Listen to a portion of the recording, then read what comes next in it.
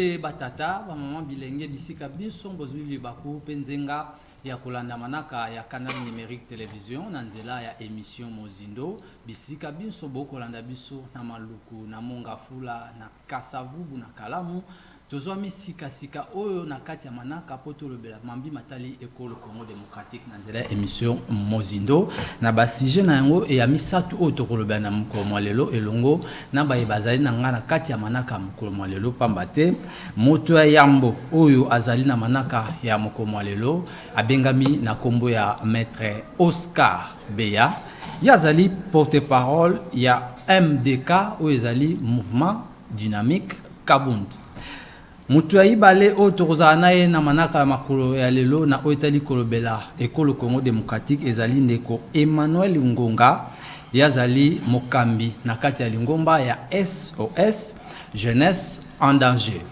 ya misatu tozali na ndeko Gustavo Francisco Kasongo yazali moko na kati ya lingomba Telema Africa banso misatu ena tokozala na bango potolo na oetali ekolo Congo démocratique asi pona kubanda na oetali masolo mwa biso ya mokomo lelo tokobanda nan kolobela na oetali lisolo na ndaku ya bakeli mibeko ekolo Congo démocratique sika wapi bauti kopesa na oetali bilembo pona kokela mobeko mususu na mambi matali bonsomi ekolo Congo démocratique to justice kasi mibeko ena ezo kosalema na bakeli mibeko mibale na kombo ya honorable Obemina Kunzala Nzoko elongo na honorable Sakata bango ena babandi na oetali kopesa ya bango bilembo pona mibeko na oetali bonsomi na ekolo Congo démocratique na kokena musika tena yamba bango mbote ndeko Oscar Kabeya mbote mon frère journaliste merci beaucoup de nous inviter encore une fois de plus sur votre plateau de télévision. Va inviter Baza Ebele, Badakobengisa Baza Ebele, mais tu comptes plus sur nous, ça prouve à suffisance que tu nous aimes et tu nous portes bien à cœur. En tout cas, merci. Merci aussi aux téléspectateurs. Bientôt, même en rediffusion, ça sera la meilleure des choses. Merci beaucoup, mon frère journaliste. Je suis content d'être ensemble avec mes co-débatteurs sur ces beaux plateaux. Merci beaucoup également, Deko Emmanuel Ngonga, Nayambione Sengo, na émission Mozindo. Merci Ndeko Fed. Miko. Na kokanisa na kolika ete ezali libako tozuka ndeko ndeko otikoloba po ete toka kokabola makanisi na baimboka na kosepela makasi parce que tomoni ete tozali biso na biso bilenge yango wana tokosenga pe ete mokili na baimboka bai congolais bakolanda biso pona mokolo ya lelo bazala na biso po ete bakosunga biso topesa makanisi ya kokabola na bango elongo parce que libako tozui eza teke poto leki ba jeune nyonso te kasi poto zui ndingisa ya koya koteya na kati ya etando oyo pesi biso na kati ya plateau. Merci. Très bien. Pena ngai nazali na ndeko Gustavo yo zali ndeko ozwami na kati ya lingomba ya Telema Africa na yambio nesengo pamba te zamba liboso oui natondi botondi na kopesa nga chance ya koleka na etando eke na kati ya manaka na yo ya Mozindo na sepeli po nazo bandela ngondeke bandeko baocho bandela biso to abilenge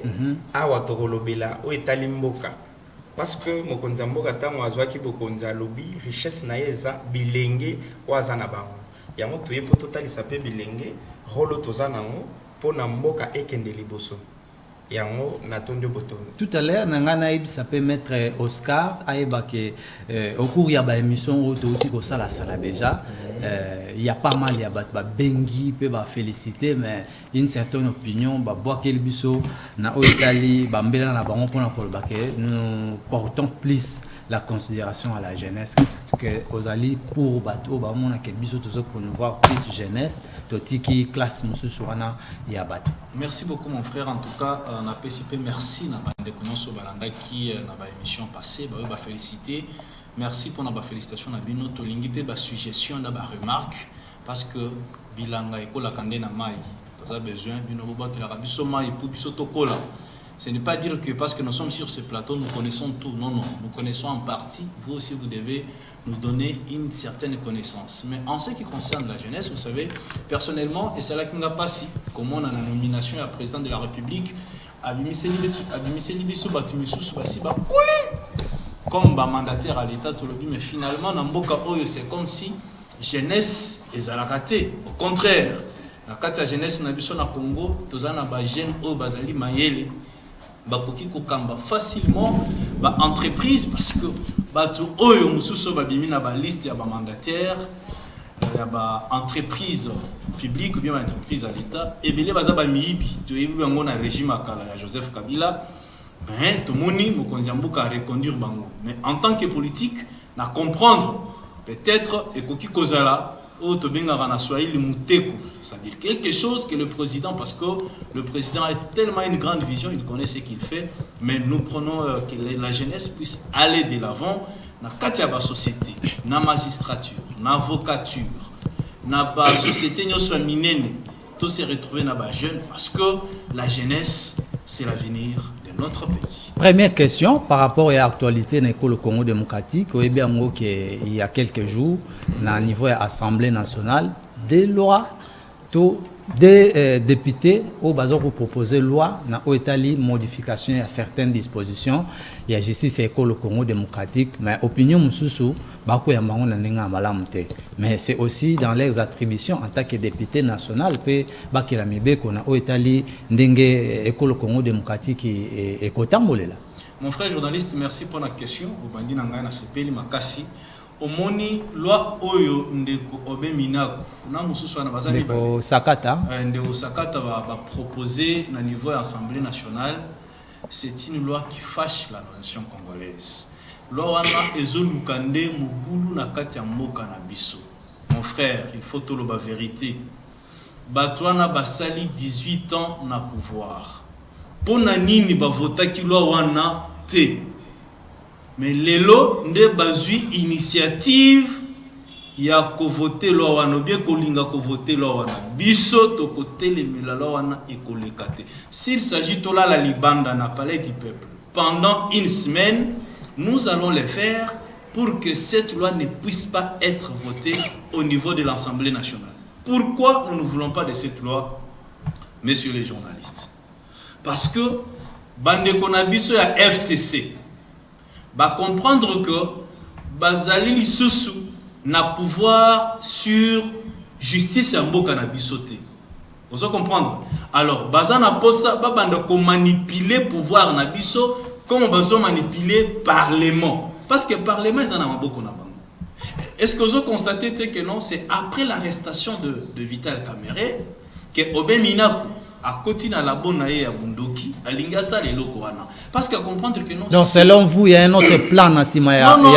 Il y a des plans. Il y a des plans que les gens du FCC sont en train de viser. Le premier plan, c'est parce que au niveau de la Cour constitutionnelle, la Cour constitutionnelle est à la 9 juges. Il faut que jeunes nyonso congolais autozoloba.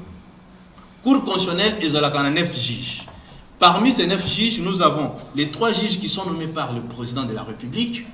Les 3 juges proviennent du Conseil supérieur de la magistrature, bien sûr. Et l'autre 3 juges proviennent du Parlement. Vous me comprenez? Bien sûr. Alors, et ils sont en train d'analyser pour dire que 3 juges et un président, ils ont déjà acquis un président de la République.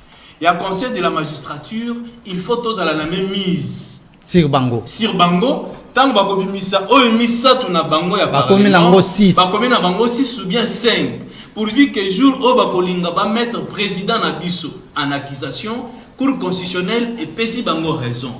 Parce que ça sera voté par les quorums. On dit non, sur 9 juges, 5 ont accepté ou bien 6 ont accepté le départ du chef de l'État. Vous voyez l'intention machiavélique de nos partenaires du FCC. C'est là le problème. Ça c'est un. Deuxième plan à bango. Bah ebi que non na mitan oyo ceux qui ont sakani bakangi avec l'état des droits. Événement état des droits bien sûr, c'est ça le résultat. Alors, ils se sont dans l'insécurité pour na mabe oyo basala na kati mboka oyo pendant 18 ans. Ba yiba ebele, ba boma ebele. Alors ils se disent avec cette allure, nous risquerons de rejoindre Kamerhe au niveau de Makala. Nous devons contourner la loi. C'est une façon de contourner la loi. Ici, je parle en tant que juriste. Attends, mon cher Nassir Seydé. Oui, contourner la loi, ça veut dire. Je donne la parole à l'autre. Balingi bazwa pouvoir. Oezana maboko, il y a un magistrat. Pouvoir wana ezonga na maboko à ministre de la justice. Au contraire, ministre de la Justice émane du FCC.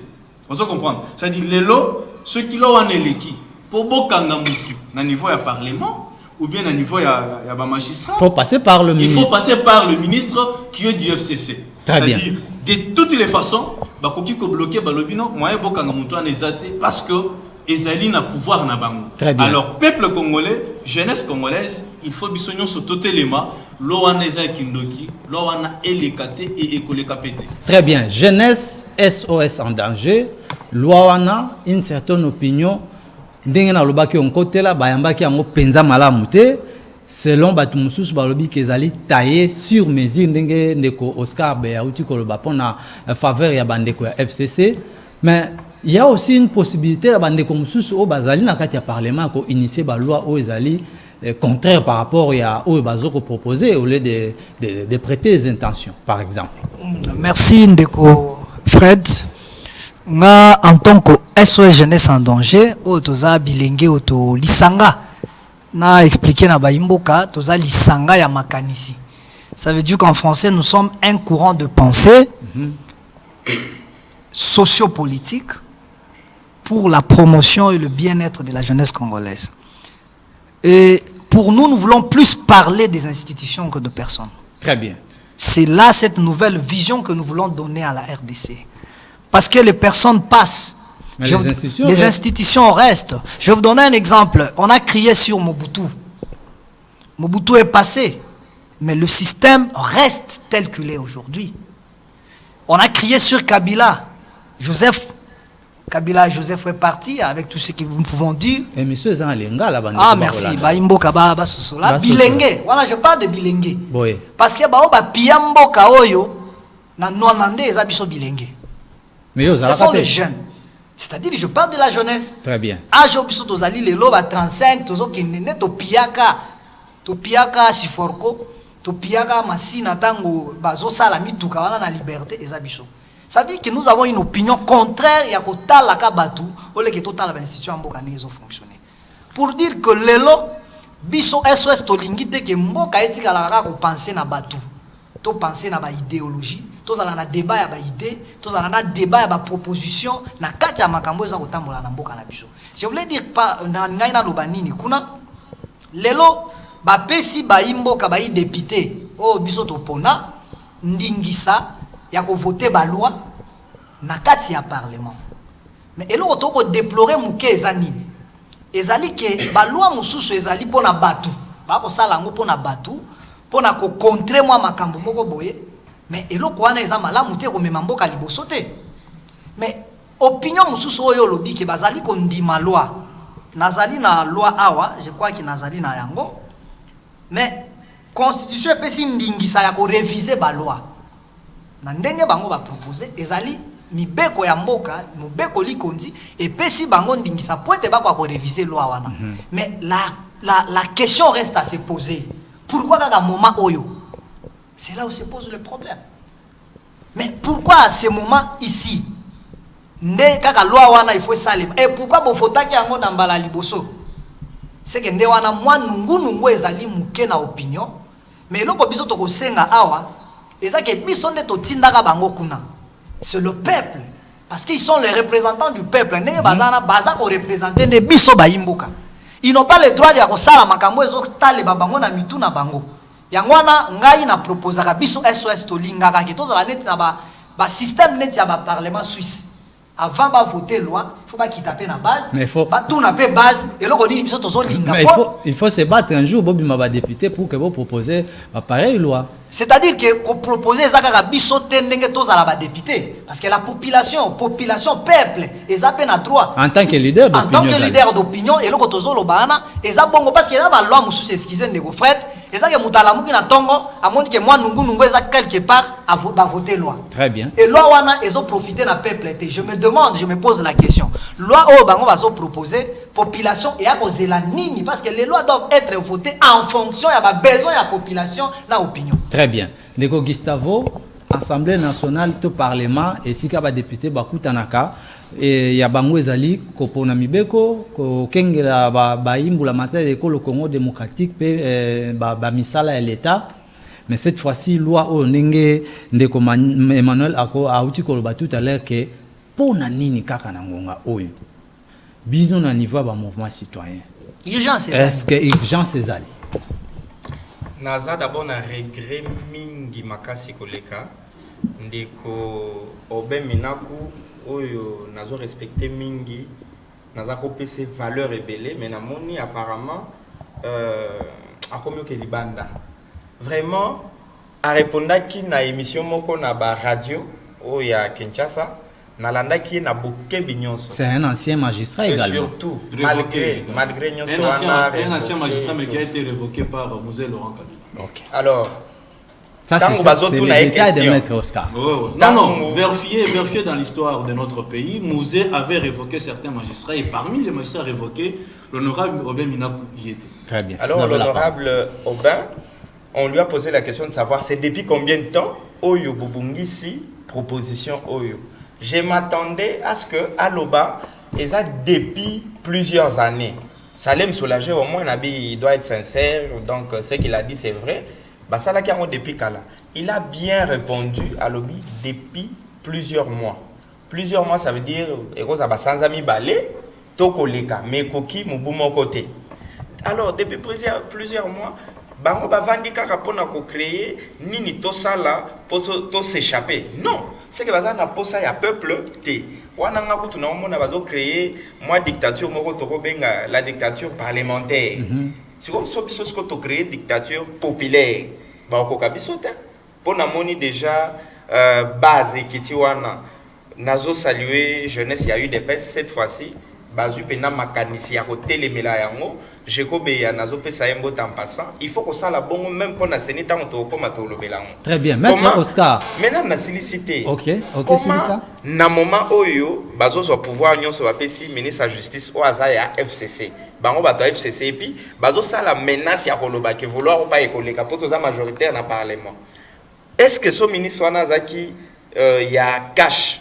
Est-ce que balinga basala o wana ou bien basala na ba négociation ndenge ba négocier ka bazwa justice ba pesa ngo cash basala nini remaniement ya gouvernement etika la bongo soto mona te ba changer les choses. Donc bazana posa il y a bonheur, il y a peuple, il y a évolution en Bokate. Par exemple, pour ça qu'on se protéger, na ba mabe basala, chose que nous ne pouvons pas accepter, biso ba jeune en général. Très bien. Maître Oscar, c'est une loi où avant elle est capée, il faut elle est par le président de la République pour sa promulgation, mais également nakati ya mobeko ena ndenge na utai ko tuna ndeko Emmanuel ce qui loi mususu ko za la contraire na yango pour que équilibre ezala. Mais si ko na moment otozali au cas où loi wana eleki bandeko ya IDPS to yebi ke bango baza parti présidentiel.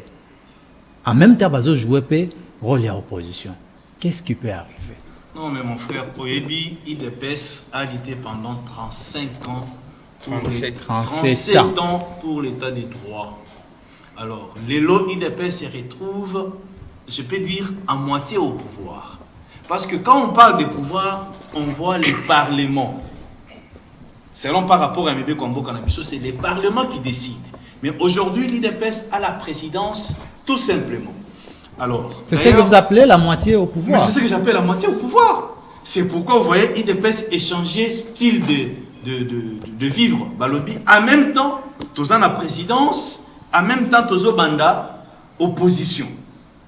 Pour Nani. Parce que IDPS n'a pas lutté pendant 37 ans pour protéger Bamiibi. C'est ce que nous ne voulons pas. Quand tu volais avec tes enfants, avec tes femmes, les autres qu'on ne connaissait pas. Oh. Laissez-moi le temps de parler. Nous sommes une jeunesse, nous devons parler de la République. Et quand on parle de la République, nous devons être sérieux. Comment est Zambo Kanabiso? Nous allons léguer. Aujourd'hui, nous avons des enfants. Tokoti Kenaba Nanabiso Mbokanini. Mboka il faut groupe à Batumoko, il va venir dans le Parlement. Et nous connaissons comment ils se sont retrouvés au Parlement. Les 500 et quelques députés qui sont au Parlement, ils ont été nommés par le président de CENI. Nous connaissons cette histoire. Mais nous ne pouvons pas accepter aujourd'hui, mon frère, en franche vérité, c'est notre démocratie qui est assassinée. Très bien. Vous comprenez? C'est-à-dire, demain, on n'arrêtera personne du FCC. Au contraire, les grands détourneurs sont dans FCC. Je ne vais pas dire que Nakash va détourner Bazalité parce que Kamere Bakangie qui l'a détourné. Mais la majorité à Bamiyibi, Bazana Kati à FCC. Namitan Oyo, loi wana ekolikate. Même si cette loi arrivait à passer, je crois bien, en tant que juriste, cette loi sera bloquée au niveau de la Cour constitutionnelle. Deko Emmanuel, tolobela kaka na oyo etali mobeko na parlement oyo ba député mibale ba pesi ya bango couleur pour que eza promulguer na oyo etali nsome ko le Congo démocratique, mais nazo bwa kalisu na ngambo mususu pona meka un peu ko réfléchir na oyo etali absence ya premier vice-président parce que na minute oyo nde to ba boye premier vice-président poste na niveau ya parlement ezate depuis que Jean-Marc Kabound azaki deshi. Conséquence nango ekoki kozala nini? Merci journaliste. Mais ngai avant na répondre na question mutuno o tuni na kolinga na zongela na makambo tozoloba ya loi. C'est-à-dire que na kolinga mingi que IDPS na pouvoir batika kolela lela. Il faut prendre responsabilité na bango. Parce que nous avons tendance à comprendre que IDPS surtout qui sont déjà aux affaires. Bazana masolo, mais on dirait qu'on comprend que bazana masolo. Kolela tongo pourquoi tongo pour la population a osé. Non, ne nous emmenez pas. Excusez-moi, qu'on nous amène pas dans cet état de droit de façade. Qu'est-ce que je veux dire par là?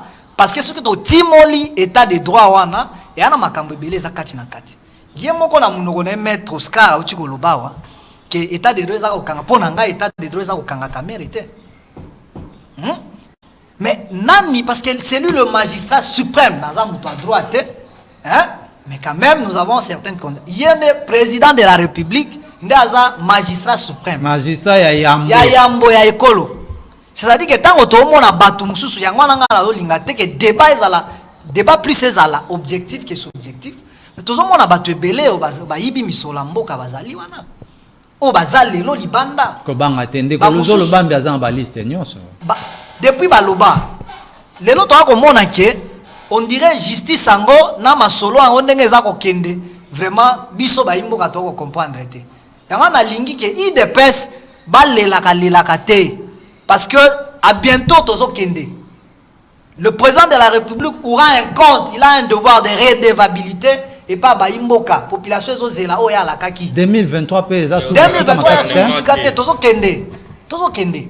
Alors aujourd'hui si on va rester dans babilo komoko to bana komona biso nous la jeunesse n'avons pas besoin ya cash FCC to kaka on mikoyo sur la média.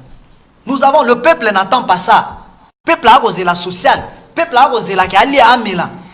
On de kona biso moko musicien atuna que veut le peuple peuple a lingini peuple a besoin ya peuple a besoin primaire et secondaire à peuple ne peuple a kozela maintenant to komona lelo IDPS soi-disant que bazana na famille ceux qui bazana accord ango to mona te lelo maman na tata na opes exemple bondima accord wana bondima mais ti lelo toyeba yango kaka na bali mwasi hein ta na ko bala mwasi moi ça n'a zalaki na mobali mususu liboso excusez na zo exemple à ba maman mais au bali moko moko ebiso moi mobali no akala wana c'est-à-dire que yo moko mobali oyo bali oza responsable té. Ce que je veux dire par là c'est quoi? L'IDPS doit être responsable, doit assumer.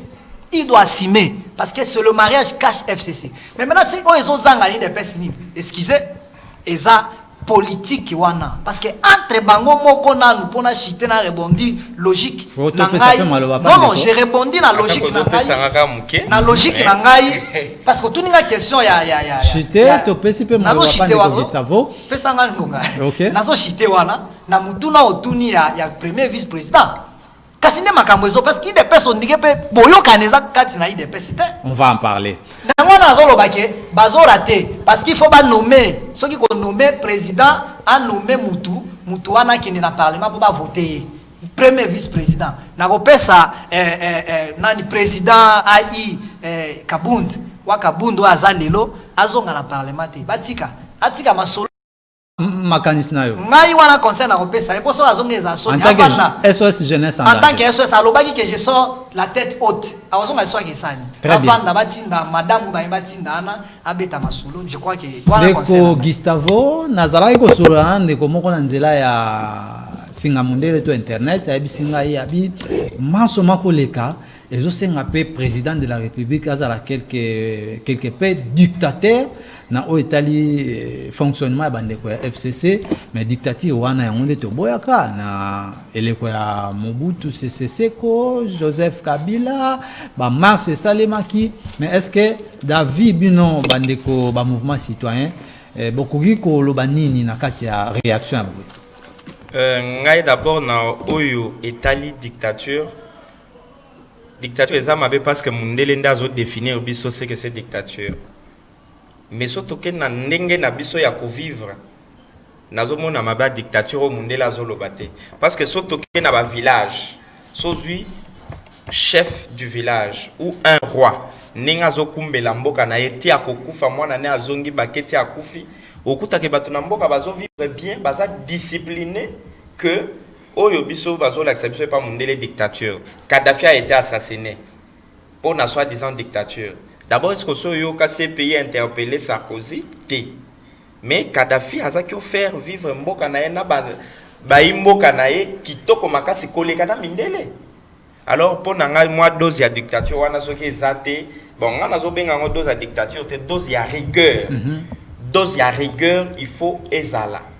Biso to le kaka toza bato ya liboso na République démocratique du Congo tozalaka 10 na bandeko de l'homme mpoche na Manix Kateba wa kufaki perd son esprit tolalaka libanda après kolala nando mona bachama bende na parlement tolala libanda na sa drapeau ya parlement wana pona koloba que lobby ezaki na veille ya élection à Tambwe Mwamba koloba ke toboyi élection ya Tambwe Mwamba comme après pour azala président ya Sénat azana valeur te aza assassin donc tolobaka yango bakanga biso tolala na boloko mwana mboka Félix Tshisekedi a parti à Nigeria abenga na ndenge bakulutu ba Laurent Batumona baeda abi mboka nini ezoleka parce que azo s'intéresser na jeunesse. Donc pour vous c'est ça aussi le patriotisme. Oui, patriotisme yango wana. Et alors tango siko biso tozoko na dimension ya que dictature wana ezala imposée par une majorité fabriquée na parlement. Maître Aoutio Lobango, il y a de preuves. Bitakwira yemoko aloba na ba onde ya ba radio, ba député o ba tiazo loba eza ba député na biso tonomaki. Tant alobi bongo ça veut dire na majorité na bango ba nommé. Baza na mandat ya peuple te, yango bazo agir na kombo ya peuple te, bazo aider chef de l'état te. Biso to bundaka na opposition lobby, société civile en général. Au côté, il y a eu des pèses na ba parti mususu soit opposition. Le pouvoir eza acquis. Donc, qui kosa les logos eza ko soutenir pouvoir te. Parce que eza pouvoir biso to bundela ki tozui. Et comme maître à lobby tozo gérer à moitié ngana boyango. L'UDPS le cash gère. Comme cash aza ko gérer, il faut s'imposer. Parce que lobby ba otuna chef de l'état tant à koleka kaka bato zomona lelo bazo distraire to komi déjà to que 2 ans donc distraction ezakaka ba robando tunae au salaki nini ba oleka na TV ba bomoni place boya échouaki pour pouvoir ezaka doté bato to bazana course ya pouvoir. Très bien, on va parler la CENI, la commission électorale nationale indépendante où ezali organe ya appui à la démocratie na le Congo démocratique na mambi matali ko bongisa mapona mineko le Congo démocratique. Procédure na yango par rapport à la désignation et un nouveau président, ça fait aussi couler d'encre de salive na opinion congolaise. Maître Oscar Kabea Kozwana Maloban, je sais qu'il va rebondir par rapport à la question du vice-premier président de l'Assemblée nationale, mais cette fois-ci, dans mon liste, il y a plus de 6 candidats en dehors de Ronsard Malonda, qui désignés par les restes de la confession religieuse en dehors de catholique et protestante. Dites-nous un peu, est-ce que le souci est dit que la commission électorale nationale indépendante est à la génération écolo, cette fois-ci avec Elenge Oyo Alingi Azwa Masolo, il y aura peut-être changement. Merci beaucoup mon frère. Kabila était jeune mais il n'a rien changé dans ce pays. Quand on est jeune, ils ont 30 ans, 40 ans. C'est un problème d'esprit et de la conception de la jeunesse. Un monsieur peut avoir 70 ans, mais il est réfléchi comme un jeune. Kabila a pris le pouvoir à 29 ans. Il a 28 ans si je ne m'abuse pas. à ça les côté et nous connaissons dans quelles conditions il y a qui. C'est-à-dire qu'aux à la gêne parce que FCC non, Ronsard est jeune. Est-ce que nous avons besoin de la jeunesse? Mais pourquoi vous aussi, dans Makambo et Seni, beaucoup de Kotsaka Komba Kabila? Mais mon frère, attendez, je vais vous dire une chose. Ronsard vient d'où? Aza Oyalandaki de Konabisonanga. Mais ça signifie quoi? Oh, mais c'était un système organisé au niveau de la CENI. Et voilà les élections qui nous ont menés. Voilà les députés tous en avant l'Assemblée nationale. Les députés de Pakoti. Et vous voulez que le même Ronsard, là, qui connaît de manœuvres frauduleuses de son chef partant, Nanga, qui lui devienne encore aujourd'hui président de la CENI. Mais c'est quoi ça? Avant que je puisse continuer avec ces sujets, monsieur le journaliste, le président Jean-Marc Kabound pour un poste Oyo à Tikaki, dans la Assemblée nationale.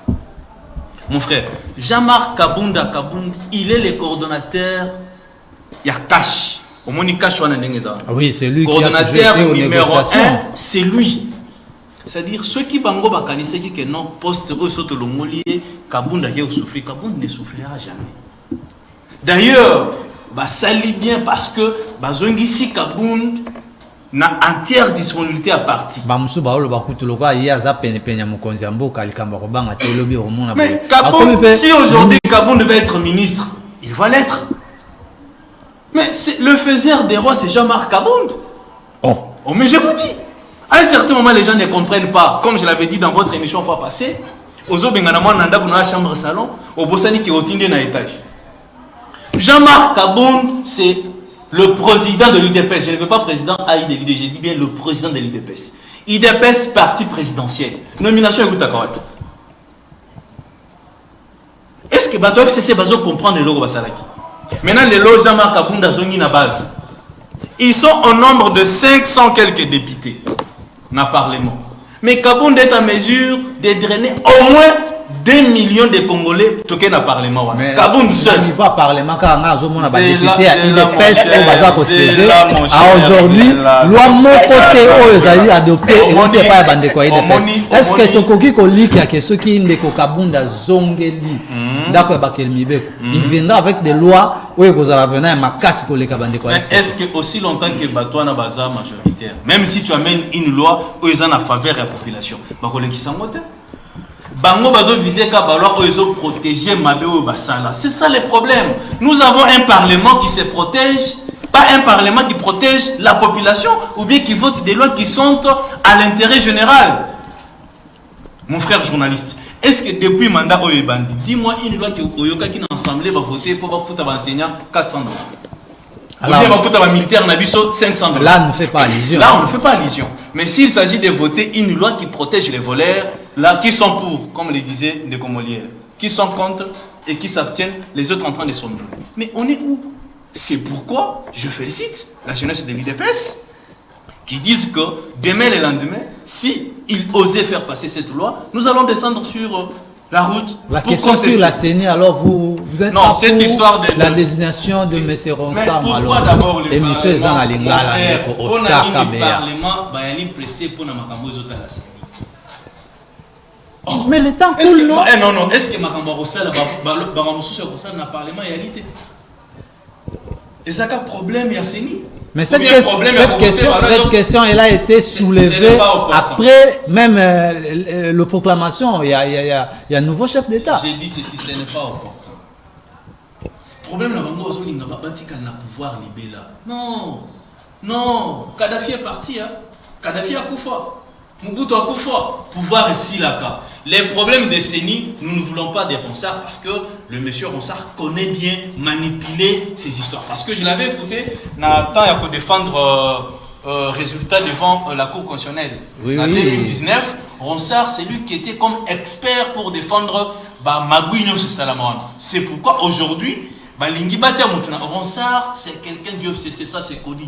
Nous ne voulons pas quelqu'un du FCC au niveau de la CENI, nous voulons un monsieur d'être qui va travailler pour des élections libres, démocratiques et transparentes aux populations congolaises et osées. Très bien. Ndeko Emmanuel, la question est à l'ICENI. La réforme est vraiment au centre, il y a des Congolais, la classe politique, na niveau il y a jeunesse. mais cette fois-ci ndenge na lobaki proposition ezali ekende pa ya jeune oyo abengami na kombo ya ndeko Ronsard Malonda, mais c'est comme si débat on a échangé réforme ezoloba masusu te et comme si désignation ya moto oyo akozala en faveur ya l'un ou l'autre. Mais est-ce que c'est ça la démocratie?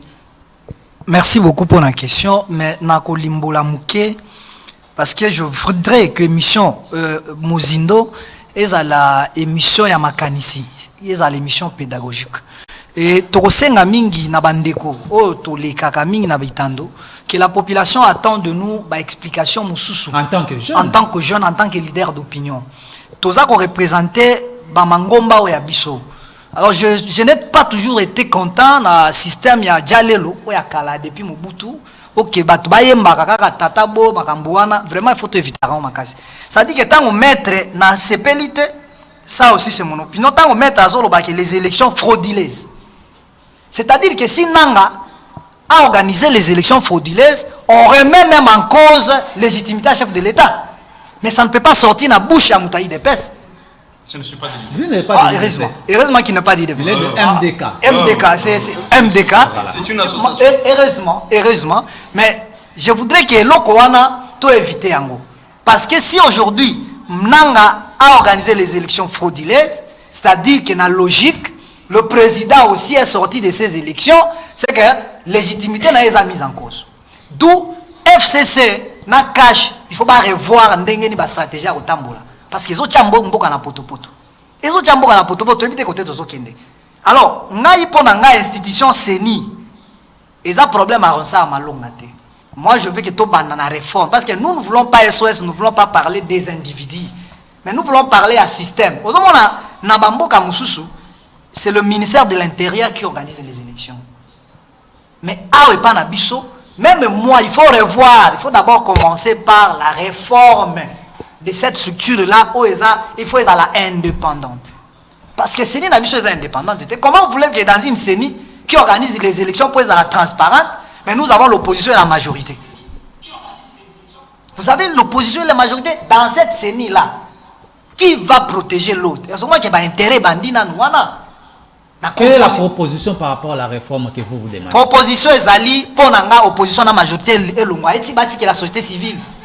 Parce que banana moto to boyi ba membre à opposition na majorité. Bazala biso on organise les élections pour ils ne pouvaient pas être jugés parti na kati ya seni wana. Wana eloko liboso eloko mi balé oyebi que nous n'avions nous la jeunesse congolaise. Nous sommes à 75% ou 80% de la population congolaise. C'est nous qui sommes électeurs. Bisonne ba votaka. To votaka. Mais na kati seni on a une seule personne, un seul représentant. C'est insuffisant. C'est insuffisant pour la jeunesse. Donc to lingi que ba jeune ba kota na seni wana. Parce que bisonne doit voter, c'est nous les faiseurs des rois. Bisonne to votaka bango. Très bien. Selon demande d'Indeko Emmanuel, Azana Posa ya bilenge to ba jeune ba kota na seni pour que bango pe bazala na centre ya ba discussion pe ya ba prise de décision. Mais cette jeunesse où il y a réclamé ce qui est expérience exacte. Vous ne voyez pas que Boropé ça sous raison na ba kulutu o na oyo étalé cause en expérience à koleka. Quelle expérience? Na yebité oyo bengi expérience ce que ça dit. Oh bateau toyé ba bazana expérience. Mais ça c'est une réalité à Kinshasa. L'expérience c'est ça nini. Expérience nini. Parce que Tony Joseph Kabila a dirigé une expérience nini. Azaki une expérience nini. Je te jure à part Mobutu Kabila Ndemutu soit géré Mboka Oyo plus de 10 ans. Azate. Et comment lui a fait avec cette expérience? Constitutionnel, même le président en place qui a ya longa kindegeni. Ya longa kindegeni. Que hier à Sali 18 ans. Na intelligence, na expérience nini. Moi je soutiens ce que mon frère vient de dire et je vous l'avais dit déjà avant à plusieurs reprises. C'est que Baboy Kocha, société civile, na gouvernement. Babi, vous faites la politique passive. Beaucoup y a la gouvernement, le gouvernement c'est la politique. Au bas ça la politique active. Pas de problème. Or, il y avait un poste dans le ministère réservé pour la société civile. Bah, ils ont handicapés. Chose que j'ai aimé. Parce que les handicapés, qui oublier Namboka la dimension au Saranate. Ça c'est des valeurs. La bénédiction même Namboka. Parce que Mboka est la majorité, il y a des chrétiens. Même les musulmans aussi soutiennent ça. Ça c'est un. Toye Soussou n'a pas mandataire. Il n'y a pas seulement qu'il n'y a pas de jeunes, mais société civile Moutou, Azate. Bazongi si miibi, bazongi si batutomona, bazotambola bana bilambate, bazongi filmer dans la chambre en Afrique du Sud. Oh là là. Donc, bazongi si là sans valeur ni éthique Gustavo morale. Francis. Mais je vous dis, c'est une réalité. Sans morale. Or, chef de l'État Lobaki, azota la morale et Amouto avant Achaï. Ce qu'on a mis tout ni batouana bakomiwana, nengenini. Ça, c'est une grande question que je pose. Tozongi si qu'on a séni. Mais bien que le but c'est niaisa, il y a société civile.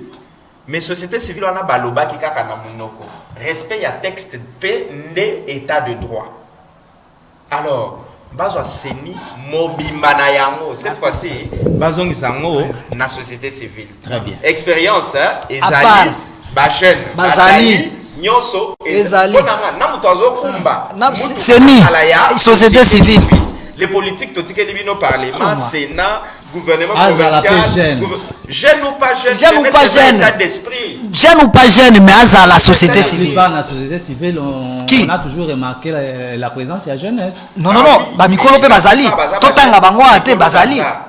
On vient pas faire ma publicité, mais bazali. Oscar Kabea, akokamata maloba poto 6 atotika na moins de 10 minutes. Émission Mozindo à Mokomalelo, tout le peu mambi matali social ya peuple congolais. Nanzela ya bokono oyo ya Covid-19.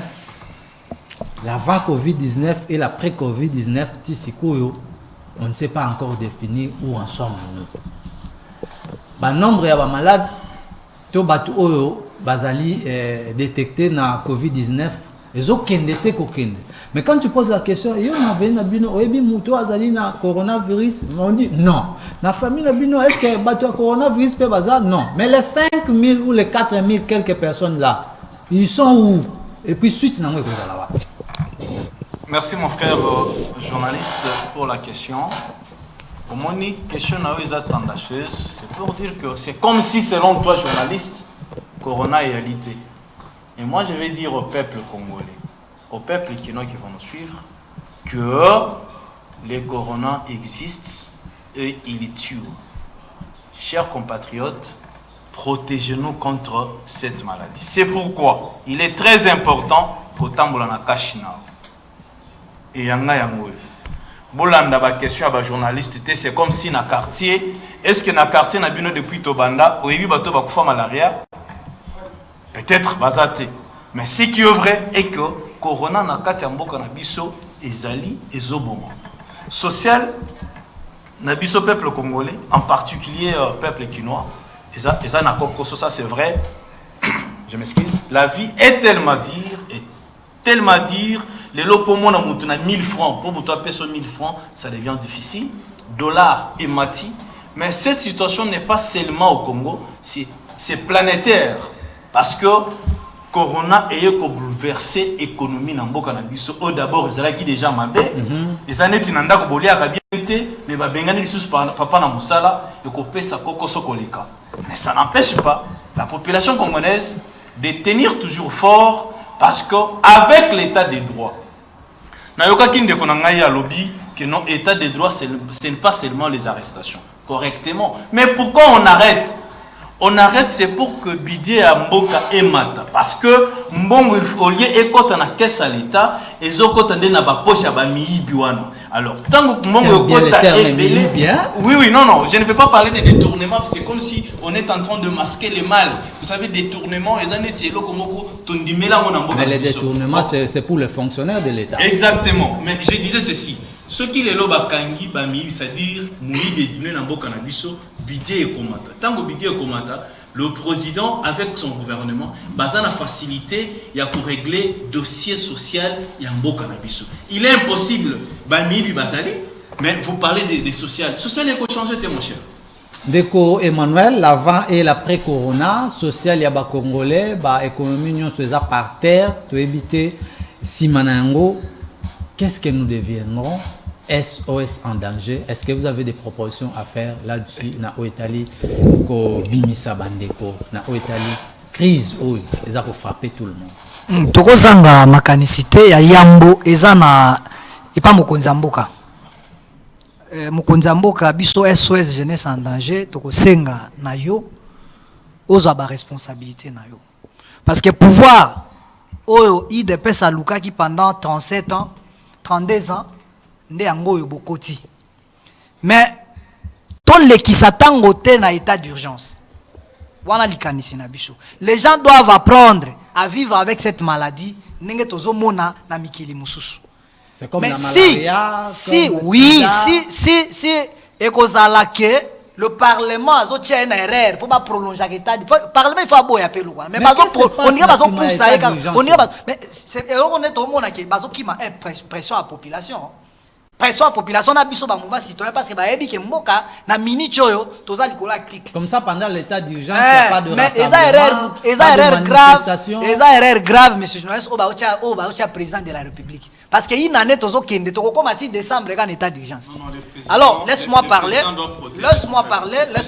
nous devons apprendre à vivre avec cette maladie les longs na quartier comment na ba quartier pas sieza lokola wana tala na est ba incursion à armée étrangère. Vas-y vite, je vais regardez Angola Koti Burundi kuta azo kota to éviter ceux qui toza wapi est mais nous continuons toujours avec cet état d'urgence jusqu'où nous voulons que va déconfiner parce que batu baba na kosala misala mais to apprendre ko lata cash ne na ko sokola maboko pour économie en mboka emata pour ceux qui te après Covid et aux alocaux avant Covid.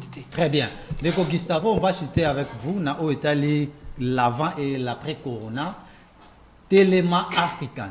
Bozani peut proposition non seulement pour contester mais il faut aussi proposer. Oui, mais d'abord biso à l'époque en ces temps-là comme collectif des activistes conscients pour le changement CACOC tozalaka na gare centrale na samoi sans assistance ni à gouvernement ni à bakonzi entre guillemets na ba moyen na biso pour na ko aider bandeko bazako uta musika ba ko sokola maboko ba désinfecter.